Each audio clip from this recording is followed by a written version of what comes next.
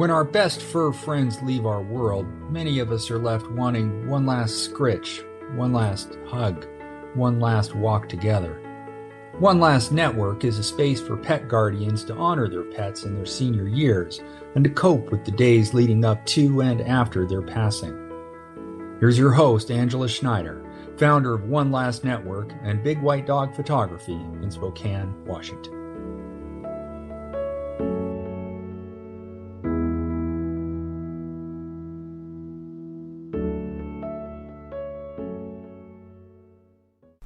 Welcome to One Last Network and the art of checking your phone.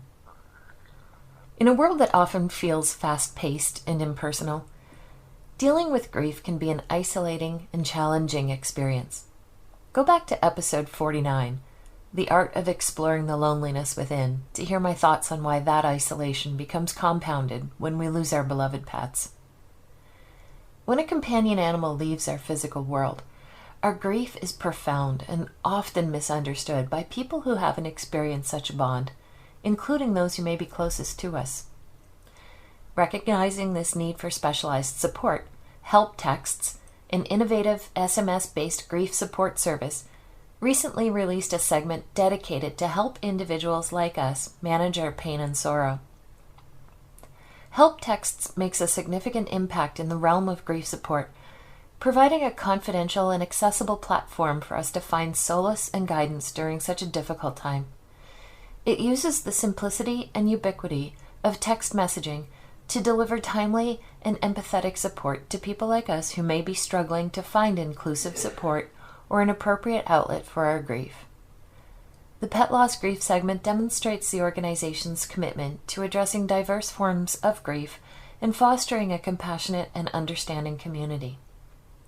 Melissa Leonardini, head of clinical at Help Texts, and Leanna Titcomb, a certified hospice and palliative care veterinarian out of Ottawa, Ontario, and one of Help Texts' expert contributors, join me today to fill us in on all the details.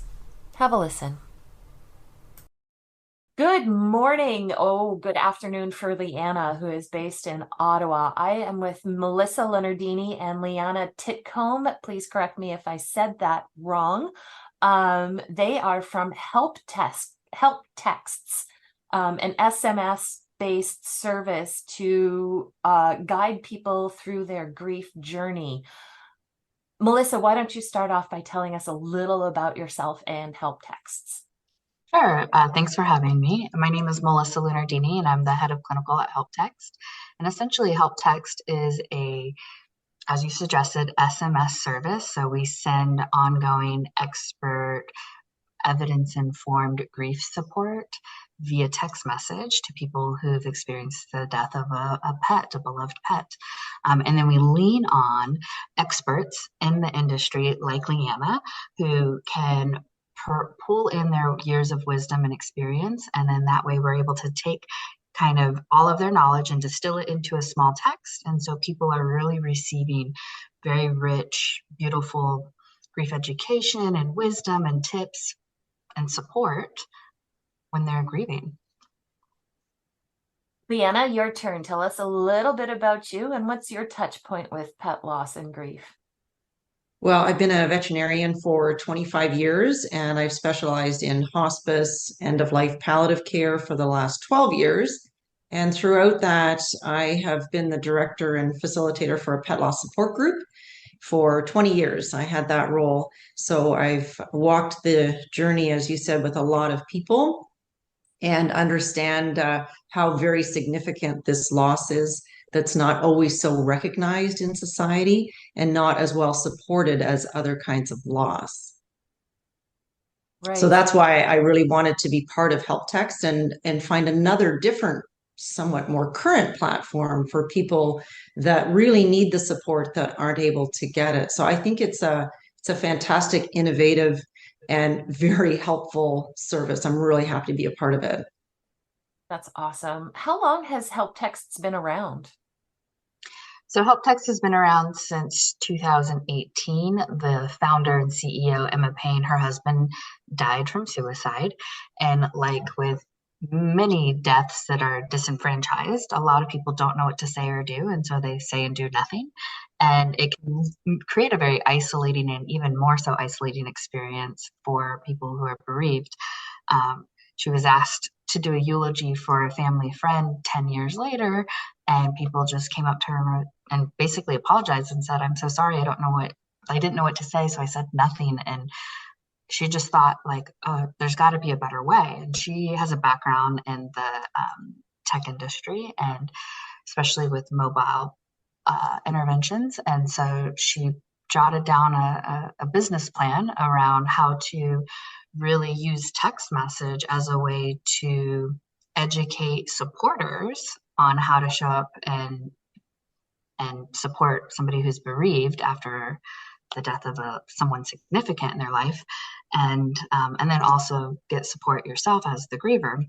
And then since then, so the product first started with grief, and then we've now added in pet loss because we kept getting requests for it over and over. It's just like, I'm not grieving a person, but I am grieving my dog who died or my horse who died, and they are my family, and I'm really struggling. Can this work? And for many, many years, we kept going like, yeah, sure, but we knew that you can plug it in, but it's really catered towards people.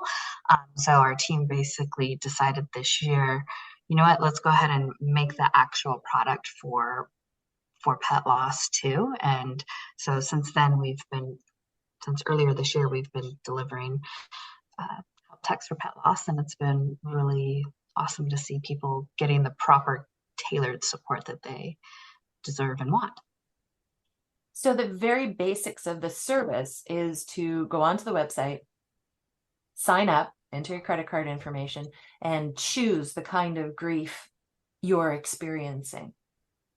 But you also have it segmented for support networks and caretakers and whatnot. Tell us a little bit about how that works. So we essentially have 5 different products that people can choose, and it's, grieving a loved one. If you're a caregiver who's caring for somebody who has a terminal illness, then you can sign up for support there. We have our pet loss. Next week we'll be launching a pregnancy loss product, and then we have a healthcare worker product that really supports healthcare workers who have been working in infrastructures that really don't support them well. So then thus they have burnout and fatigue. And so trying to deliver mental health support there. But when people go to sign up, it's $99 for a year's worth of subscriptions. People get text twice a week ongoing. We acknowledge not only your relationship to your pet, but the type of pet that you lost. We will acknowledge how long you've been a pet guardian, and how your pet died is acknowledged. And you have the option to sign up to supporters, and they can receive tips from us as well. And we'll acknowledge important holidays and meaningful kind of gotcha days, like when did you get your pet, or even if you know the date of death that your pet died, if you put that in, we'll acknowledge that death anniversary when it comes around. So it's really just designed to offer this ongoing support. So that way you don't feel left alone, because even with traditional grief, we know that people sort of move on after a couple of weeks or even a couple of months, and sort of expect you to also move forward with your grief without that deep level of support. And as Leanna mentioned, grief with pet loss is so disenfranchised that people often don't extend even the same level of support your way after a death. And so it can be very isolating. Right. And anyone who has endured loss and grief can testify to the idea that we do not get over it in a prescribed amount of time. No, we do not. I was thrilled to be a beta tester for the service, and I experienced one text that I thought might throw somebody off if they were in acute grief, and that was about replacing the idea that getting a new dog is replacing Shep or what have you. But that's actually a very specific part of the service that you want to address in segmenting your subscribers, right? Yeah, so as a program, we take into account when a pet guardian loses their pet. Um, and we know that for certain pet owners, they are going to be lifelong pet owners. They will always tend to, you know, bring pets into their life in some form or fashion, whether that be through, adoption or just fostering or, you know, even pet sitting. That there's just pet people in this world, which we think is lovely. And I think our message speaks to the idea that getting a new animal doesn't actually replace the essence or the love that you feel for the your pet that died. But in the event that you do think you want to have a new pet, that decision and the timing of that has to be completely up to you. When that text gets sent is for people who are further out in their grief process. So we have a tagging system for all of our messages. And so we're able to really curate when people receive certain messages in their grief process. And so we have an awareness that receiving that message too early in the grief process could be really raw and vulnerable and off-putting for somebody to receive. But for somebody who is a year or two or even 3 years out after their loss, they may naturally be thinking about uh, owning a new pet or getting another pet. And so that message then becomes timely because then it's something for them to think about as they kind of continue on with life and living and what that looks like for them. So I love the idea that you're adding to the family instead of replacing someone who died. I thought that was a really nice way to look at it. And I also like the idea that you can send this, you can have a couple of supporters for your loss. And I had mentioned how it would be so great for the supporters to get the message to not say, could you get another dog or cat, a week after your beloved pet has died. So I thought that was really great as an education for the supporters who, how many people say, I just don't know what to say. And so they shy away from grieving people, and then the grieving people feel even more isolated and alone. That if you just give them a few tools on what they should say and how they can help, like that's amazing support for your supporters. yeah, that's a really good point. And can you speak more to what someone in acute care or acute grief might receive when it comes to their grief texts? I think early on, we're trying to first just put a container around grief and normalize that we recognize that this is a form of disenfranchised grief, and normalizing that grief can, even the death of a beloved pet, can really impact us in very similar ways to human loss, and in some cases, even more intensely, because pets are so integrated into our own routine. So we have messages that really talk about, routine after pet loss and how you might cope with that. One of our texts, which I love, speaks to the idea that your pets actually created your routine for you, Mhm. and you humbly acquiesced to that routine, right? And Not a so lie. so when your pet dies, you might be left wondering, what do I do now? And your routine can feel just so empty. There's this emptiness, right, that can come over us. And so our text might gently recommend subtle ways to redirect kind of routine times for you. Like, for example, um, still going for a walk that you would naturally do if you were a dog owner, for example, still going on a walk, and but perhaps changing your what would be your normal walk, but changing it slightly, but still maintaining that routine in a way that honors your pet and the time you shared together. So we have messages around what to do with their items. So the idea that you don't have to feel pressured to get rid of items so quickly after loss, but if they're hard to see, you can request that a family member or friend gently box them up and put them somewhere secure and safe until you're emotionally ready to go through their items and determine what you want to do with their items next. We have suggestions on rituals. So how do you perform any type of ritual after loss? So, unlike human loss, culturally, there's not really this standard of doing kind of your closing or end of life rituals for pet loss. And so it's really left up to families to determine what they want to do. Do they want to have a little ceremony, or, do they want to preserve kind of, one of our texts talks about taking some of your favorite items and creating a shadow box in honor of them, like little remnants of their leash or collar and pieces of their hair or anything like that that you might easily create as a keepsake in memory and honor of your beloved pet. So we're really Liana, kind of helping. sorry, go ahead. Go ahead. I was just going to say, those are kind of just some of the early on things that we're really trying to help normalize, I suppose, for people. Liana, with your experience in working in hospice and palliative care, how did your real world experience influence the way you helped create some of the texts? Oh, that's such a good point.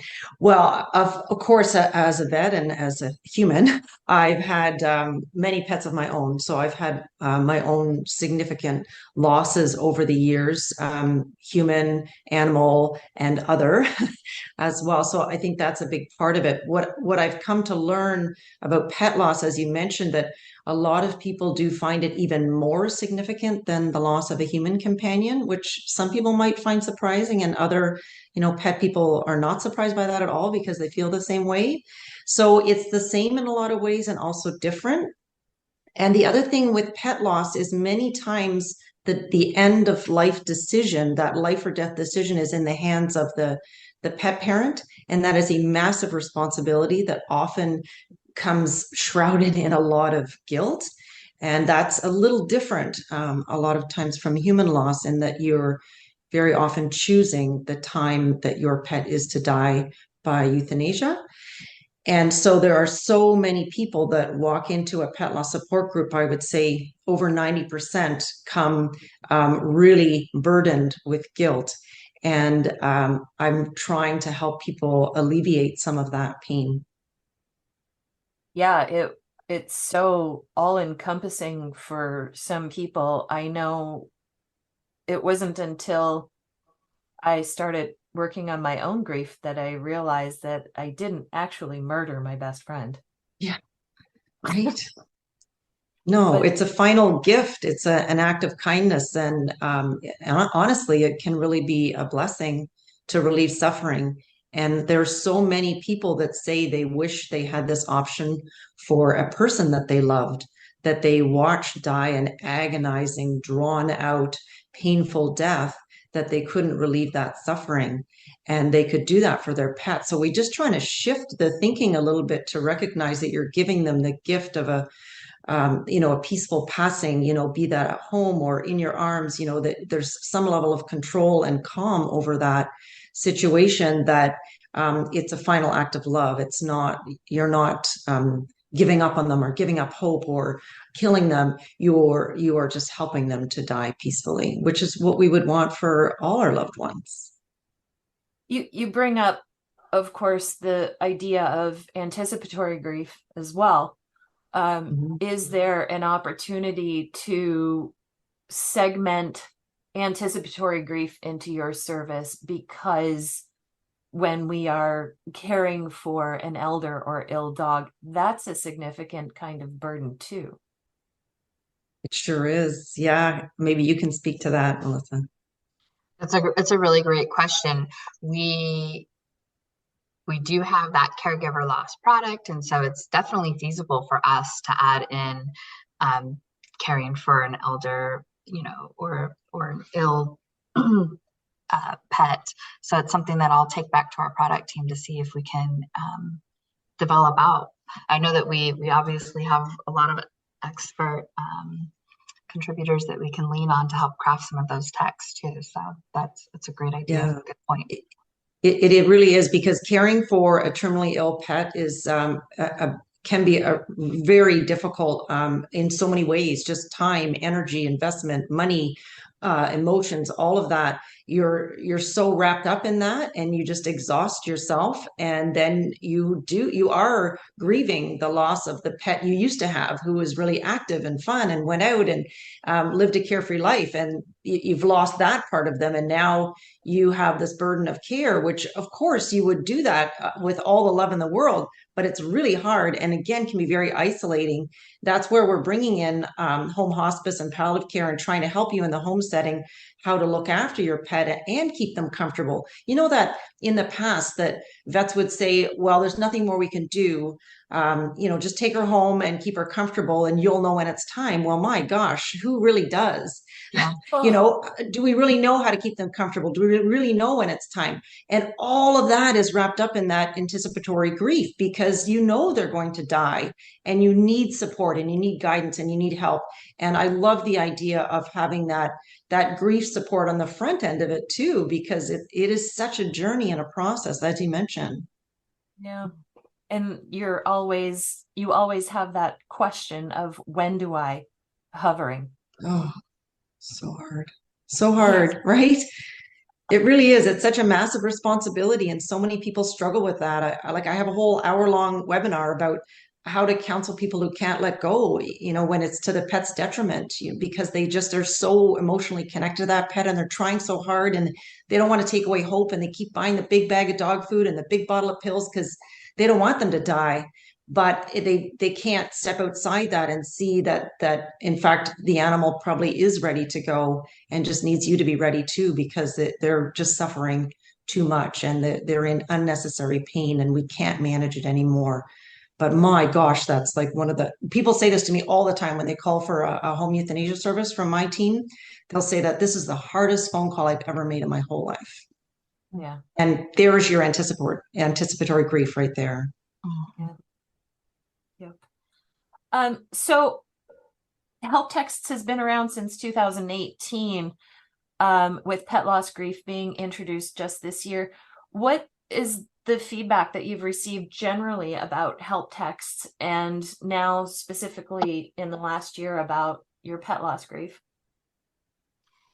The most part, a lot of our data is showing just this kind of general appreciation for the support. People mention that they feel less alone in their grief, that they feel like their grief has been validated. So we just got somebody sent in something that says, "Oh, thank you for telling me about brain fog. I thought I was going mad." Yeah. Grief brain is right. And so this idea of just like normalizing the grief experience, for people who don't have the option to get grief counseling or have access to a grief group, or perhaps maybe they're just not ready. You have to be somewhat emotionally ready to even enter into a group, right? And for others, groups are just not for them.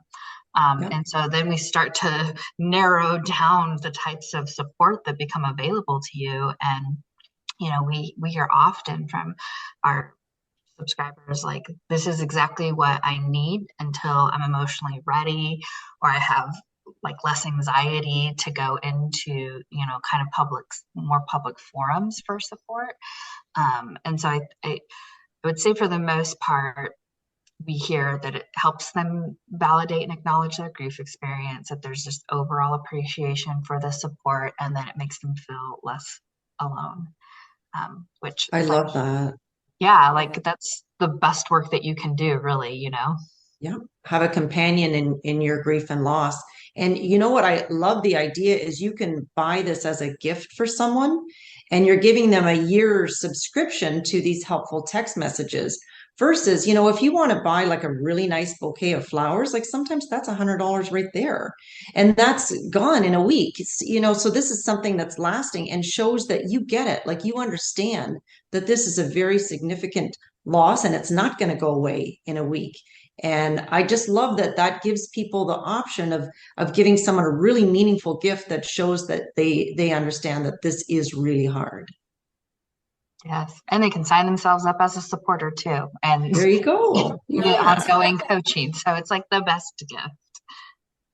Would I be correct in assuming your target market is millennials, Gen Z, who are very connected to their mobile devices? Oh my gosh, I love this question because our service is the ultimate myth buster when it comes to this. I Oh, think when we think text, we do think a younger generation. However, about 14% of our subscribers are over the age of 65. And the average age group is 40 to 64-year-olds who use us. So it is our largest demographic. So we're talking about, people, some of our smallest numbers are in the younger generations, which just goes to it shows that, you think about 40 to 60-year-olds, they're most likely working and or parenting and have a lot of other responsibilities and barriers that get in their way from being able to really kind of take the time to go and get that support. And so this becomes a really great way to break down barriers that might prevent somebody from getting support, because it just comes to you. The support literally comes to you, which is what I love. I do love it. I think of it as this like warm hug coming through your phone. I mean, it might sound silly, but when you really feel alone in the world and some of your darkest times, sometimes that's in the middle of the night and you just can't reach anybody. And then you have your phone like right there and you're kind of already looking at it anyway, if you're awake, that you just feel like, I understand it's a text message and it's generated and all that, but it doesn't even matter because it's there, it's in front of you, it's tangible, and somebody wrote that and somebody gets it. So I just kind of love that idea that there's a helping hand out there and you're not alone.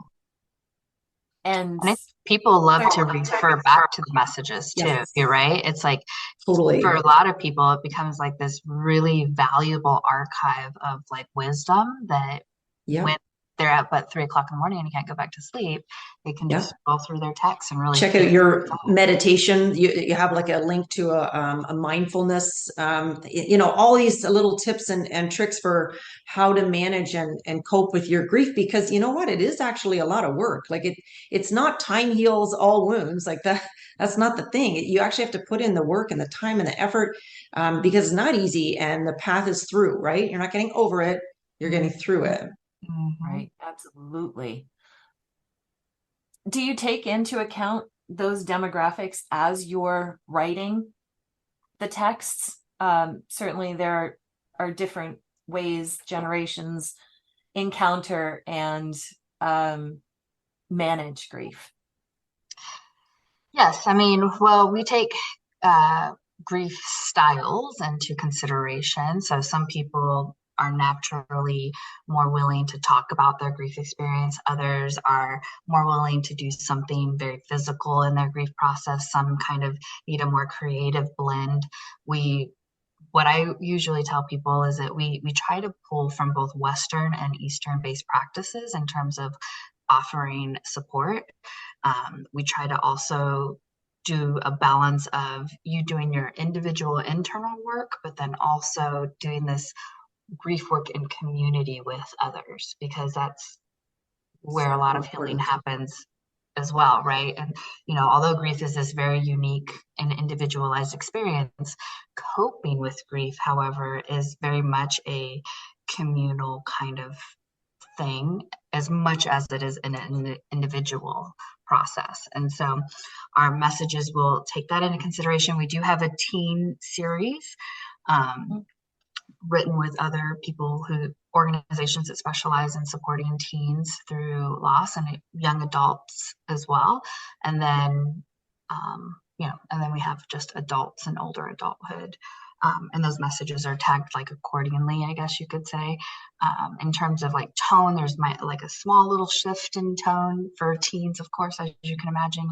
Might use a little bit more emojis and as a way to connect. But like our resources, for example, Leanna mentioned a link to like a mindfulness meditation. So, would a teen do that? Probably not. Or we're not probably not linking that teen to a mindfulness meditation. However, for an older population, we would be linking it, for example. So we're really trying to curate resources as well based off of kind of age group. We're overly inclusive versus exclusive, if you will. So like the odds of somebody getting a resource, depending on what it is, can be pretty high. But if it's age specific, we try to make sure that it is age specific. I love what you said about the community, because that's so what it's all about. There's grief and then there's mourning, where, grief is often very private and mourning is how you express that grief more publicly. And grief really does need to be witnessed. And I love what you say, how that you have one component of it that can be private, and then another that you're going out in the community and having your grief witnessed, because that is so important. So that's amazing. Mm-hmm. Interesting too that you brought up the difference between Eastern and Western. In your experience, Leanna, have you seen a lot of cultural nuances in approaching the grief journey, and how did that reflect into what you contributed to help texts? Oh, absolutely. There's so many different ways to grieve, right? It's so individual to the person. There's no real right or wrong way, as long as you're doing it, and not pretending it doesn't exist.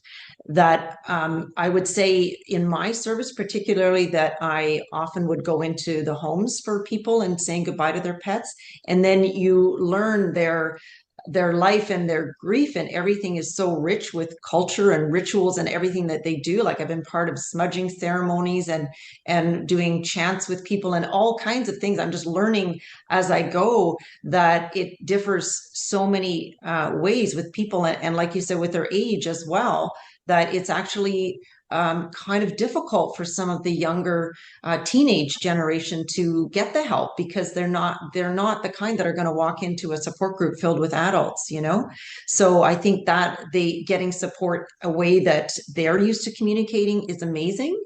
And then you have a whole other demographic of like older men that are also struggling, because they're taught, or they were taught, that it's not strong or manly to show emotion. And then where did they go for help, right? So, I mean, I have to say, I've seen it all in my years working as a vet, and helping multiple different people and different family dynamics and age groups and socioeconomic backgrounds and religion and culture. I mean, it's fascinating, and it's so different. And it all comes down to how individualized these text messages can be based on what information you input about yourself. Then they can be tailored to what your specific needs would be. There is such a diverse but incredible movement right now, and maybe I'm just noticing it because I'm part of it, to educate people on grief, and now especially pet loss grief. Are we making strides, do you think? And how much further do we have to go before no one ever hears it's just a dog again? That is such a good question. So I started my education in pet loss and bereavement 25 years ago, when I first became a vet, and I was really interested in the human side of that, the human caregiver, and what their needs in the loss were. And so I can see over 25 years how things have already changed. And to say that I have a pet loss support group where people were coming from, they would drive for like 4 hours to get there because there was no support in their community. And now it's just so much more common. And the virtual side of things, right? Like, when I first started as a vet, the internet was kind of just starting. So we didn't have that. And now we have all these online support groups, and like, even now help text, again, like text message was just starting 25 years ago. Now I'm part of an international society that talks about animal hospice and palliative care. When I first began, there was essentially nothing. Like, I had to travel so far to try to get my own education. And now it's like at your fingertips, like literally the things that you can learn. I don't know if maybe even the pandemic, I mean, there's some silver linings to that, that people are understanding more the value that their pets play in their life. And when they were sort of tucked in with them and created this much stronger bond, and people were starting to understand a lot more about loss and traumatic loss, and how you have to recover from the trauma and then the loss. Like it just, I somehow feel that people became more understanding of mental health and wellness and grief and loss and all those things that happen. So I think like the shift is amazing. I still think we have a long way to go. As you mentioned, I think there will still be always people out there that don't really get it and that still think, well, it's just a cat, you know. What's the big deal? Like, just get another one. I think you're kind of always going to have those kinds of people, but they are not going to be the audience that you choose because they're not going to be helpful for you. We spend a lot of time on the podcast talking about old and dying pets, but there are different other kinds of pet loss that are probably more traumatic than the anticipatory grief stage of letting go of an older or ill pet. And I'm thinking hit by a car, or a fire, yeah, ran away, lost, natural disaster, ran away, lost, having to surrender. Can't afford to keep them. Oh my God. Imagine that. Layer that onto your grief, that you couldn't afford their care. Are those segments available in help texts, or at least in development, or Melissa? Yes. It's part of when there's a drop-down menu where you can elect how your pet has died, or even though we have loss or missing as a option, and then we also have, that wasn't mentioned here, all of those are available. And then we also have euthanasia due to behavior, which is Right. a big one too, that has so many layered, complex grief tied to it. Yeah, that's a big one. I just had a friend do that, behavioral euthanasia. Yeah. And most of my learning is in end of life care. And so I found myself a little lost in trying to speak to her. Mm-hmm. That's a really tough one. And again, unfortunately, we're seeing a lot more of it with the pandemic puppies, and they just didn't get the socialization that they needed because they had to be tucked away. And sadly, we're just seeing so much more. And even, bless their hearts, people trying to rescue animals from other countries that just were never socialized and didn't know what it was like to be on the end of a leash in the middle of winter and try to acclimatize to this new life. And they just can't quite get there.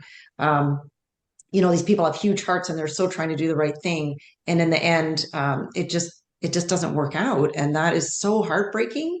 And then again, they feel so responsible. And then the guilt, I mean, it's just so layered on top. It's already so hard. And then you add in all these other factors. And that sometimes I think that's how pet loss becomes even more difficult for some people than the loss of their human companion. Melissa, can you give us an example of a text that someone might receive if they signed up for behavioral euthanasia?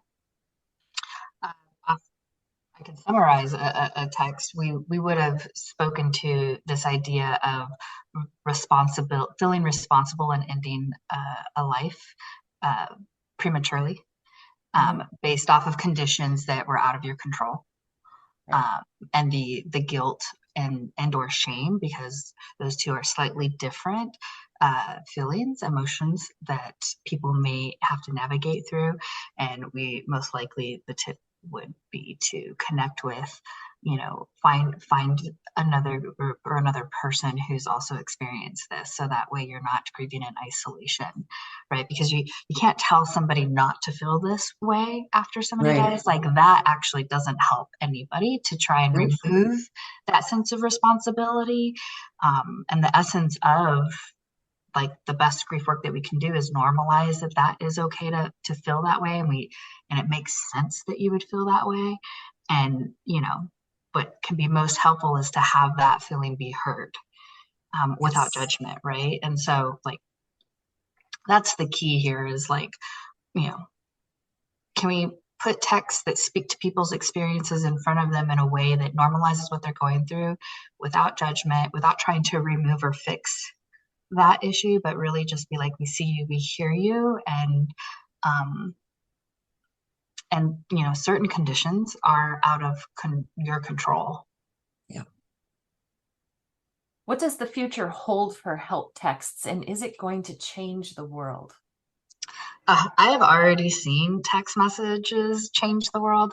So we're a global company right now. I think we're in 27 countries. We're in every state in the United States.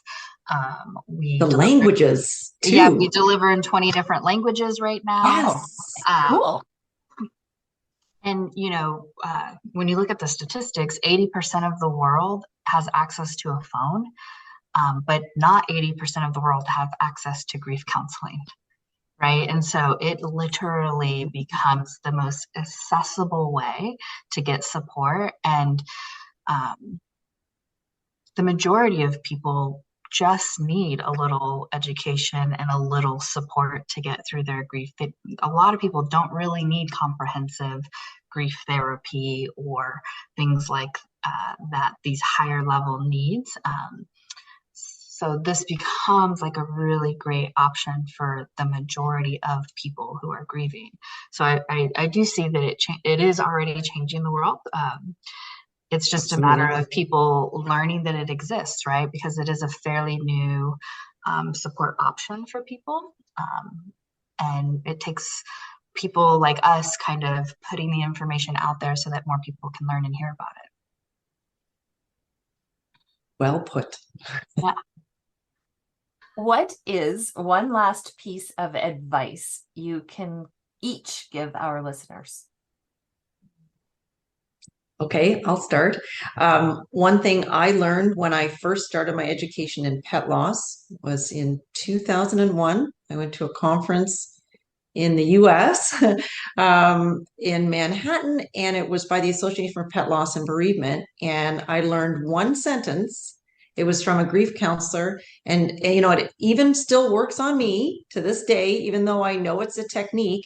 And that's just to say to someone, this must be so hard for you. That's it. It seems so simple, but I think people just want to, again, like normalize it, understand it's significant, know that people care, and that they recognize that this is really hard. That's it. Brilliant. Thank you. Melissa? I'm gonna have to go in the same area as Leanna and just say that we are so accustomed to comparing our losses to other people's losses, and when we do that, we often sometimes undermine or underestimate our own loss. And so I always try to go back, and this is a David Kessler quote, but yes, I know this, which is your loss is the most important loss. And I think it's so important for people to remember that your loss is the most important loss to you, and therefore it is the most important loss. I'm so excited. I'm not the one who brought up David Kessler today. Oh, I love David Kessler. That's the quote I like is along the lines of the worst grief in the world is your own. Yeah. Because you really can't compare it. It's what your experience is. I'm a big Kessler fangirl, and I've gone through his training, and same. Yeah. So I'm always bringing him up, and it was a nice break for me to not do that today. Thank you. I love it. It's like we're all the same. Ladies, thank you so much for joining us today. Thanks for having us. Yes, thank you. We're so excited to continue to put good out into the world, right? And hope that it helps someone. Yeah, and spread the word. I always say we don't have to change the world, but if we change the world for one person at a time, that matters. Absolutely. Hi, Michael. Having a physical reminder of your dog to carry with you is called a linking object, and it may help you feel more connected to Kai. Some ideas for linking objects can include a bracelet or necklace with Kai's name or photo, a small toy they liked, or their leash or collar. Linking objects can be as creative as you'd like. For example, you might turn a piece of their collar into a keychain. Hi, Shelley. Regret and guilt are painful parts of the grief experience. We may feel guilty for the things that we did, or regret for the things that we didn't do but wish we had. If this is true for you, it is important to remember that feeling guilty and being guilty are two different things. Be patient with yourself and continue to find ways to openly express your feelings so that they can move through their natural course. Hi, Angela. When you experience a sudden surge of grief or a memory of Shep surfaces, consider it an invitation to revisit the bond and life you shared with him. Recall a few memories, look at favorite photos, or spend some time in a place that Shep enjoyed. These ongoing acts of love provide meaningful ways to stay connected and commemorate Shep's life and the joy you shared. These are examples of the texts you'll receive if you sign up for support through Help Texts. The last one I received as a beta tester for the new Pet Loss Grief segment, and it touched me deeply. Because, as you know, if you've been hanging around here for a while, I'm a big proponent of the continuing bonds theory, which suggests we maintain an ongoing relationship with our loved ones who are no longer with us through memory, actions, and rituals, rather than losing all connection. Now, I'm 9 years out from saying goodbye to Shep, and I found a lot of the text messages I received brought a gentle smile to my face and heart. I was able to wrap myself in his love and guardianship. Oh, I cried, for sure. I still miss him a lot. But I can smile about him now, through the tears, and the help texts I received reminded me of how much we loved each other. In a society where we are constantly on the move, and many of us glued to our mobile devices, Help Texts makes sure support is never out of reach. It curates resources, guidance, and personalized support, and allows us to receive information about the grief journey, practical tips for self-care, and coping mechanisms to help navigate this emotional and overwhelming process. The Pet Loss Grief segment on Help Texts is another step in getting the world to acknowledge the deep emotional impact that losing a pet can have, that our grief matters, and we are seen and heard. Next week, I chat with Reverend Jen Cormier, a grief guide with 20 years of experience in the healing arts and the owner of Walk Through Grief with Grace. She shares her journey through grief and how movement can help us heal. Until then. I'm Angela Schneider, owner of Big White Dog Photography in Spokane, Washington, and your host at One Last Network, signing off to go get some Bella snuggles. Listen to One Last Network on whichever podcast platform you prefer. We're on Spotify, Stitcher, Apple Music, and Amazon Music. Don't forget to hit follow or subscribe so you don't miss an episode. If you have a friend who might be interested in our content, make sure you share us with them. Thanks for listening.